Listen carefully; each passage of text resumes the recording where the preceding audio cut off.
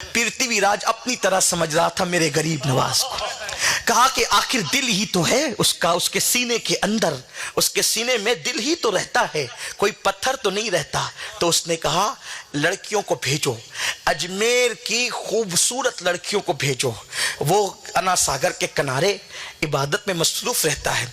जब हिंदुस्तानी नारियों का हुस्न देखेगा तो फिर वो भी जो है दीन धर्म छोड़कर, तस्बीह मुसल्ला छोड़कर ईमान का सौदा करेगा। लेकिन वो अपनी तरह समझ रहे थे हिंदुस्तान की अजमेर मुकद्दस की सबसे खूबसूरत लड़कियों को चुना गया, जिनके हुस्न की दास्तान अजमेर की पथरीली जमीन से लेकर बनारस की सरजमीन तक था। जिनके हुस्न के चर्चे, उन लड़कियों को जमा किया गया। वो लड़कियां कपड़े पहनकर, श्रृंगार करके, आधे अधूरे लिबास पहनकर गईं और अपने पाजेब गरीब नवाज के पास जाकर बजाने लगी। आपने निगाह उठा करके भी नहीं देखा। गरीब नवाज ने अपने किरदार से पृथ्वीराज चौहान के घर में इस्लाम पहुंचाया। अल्लाह अकबर। तो पृथ्वीराज चौहान ने जादू के लिए जयपाल जोगी को बुलाया। उसको अजयपाल भी कहते हैं। जयपाल जोगी ने खूब किया। वो पत्थर फेंका, सांप फेंके, बिच्छू फेंके, रस्सियां फेंकी, क्या क्या सब किया उसने। लेकिन जब सब करके थक गया, पृथ्वीराज चौहान ने उसको बुलाया। कहिए इस पे असर क्यों नहीं होता, मोइनुद्दीन पे असर क्यों नहीं? उसने कहा उस पे असर नहीं हो सकता। उसकी वजह यह है कि उसकी निगाहों में इतनी पाकीज़गी है कि उसने अपनी नजर से कभी किसी औरत को नहीं देखा। यानी औरत को नहीं देखा का मतलब ये कि गंदी नजर से, बदनजरी के तौर पे, पाप की नजर से कभी किसी औरत को नहीं देखा। इसीलिए उस पे जादू नहीं होता।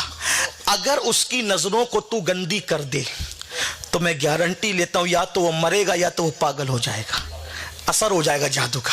उसने कहा मर्द तो आखिर मर्द होता है, मर्द के सीने में दिल होता है, पत्थर नहीं होता। पृथ्वीराज अपनी तरह समझ रहा था मेरे गरीब नवाज को। कहा कि आखिर दिल ही तो है उसका, उसके सीने के अंदर, उसके सीने में दिल ही तो रहता है, कोई पत्थर तो नहीं रहता। तो उसने कहा लड़कियों को भेजो, अजमेर की खूबसूरत लड़कियों को भेजो। वो अना सागर के किनारे इबादत में मसरूफ रहता है। जब हिंदुस्तानी नारियों का हुस्न देखेगा तो फिर वो भी जो है दीन धर्म छोड़कर, तस्बीह मुसल्ला छोड़कर ईमान का सौदा करेगा। लेकिन वो अपनी तरह समझ रहे थे हिंदुस्तान की अजमेर मुकद्दस की सबसे खूबसूरत लड़कियों को चुना गया, जिनके हुस्न की दास्तान अजमेर की पथरीली जमीन से लेकर बनारस की सरजमीन तक था। जिनके हुस्न के चर्चे, उन लड़कियों को जमा किया गया। वो लड़कियां कपड़े पहनकर, श्रृंगार करके, आधे अधूरे लिबास पहनकर गईं और अपने पाजेब गरीब नवाज के पास जाकर बजाने लगी। आपने निगाह उठा करके भी नहीं देखा। गरीब राजेंद्र जी बताइए, सम्राट पृथ्वीराज चौहान हिंदू महिलाओं को इसके पास भेजते थे, ये कहना इससे बड़ा और क्या अपमान।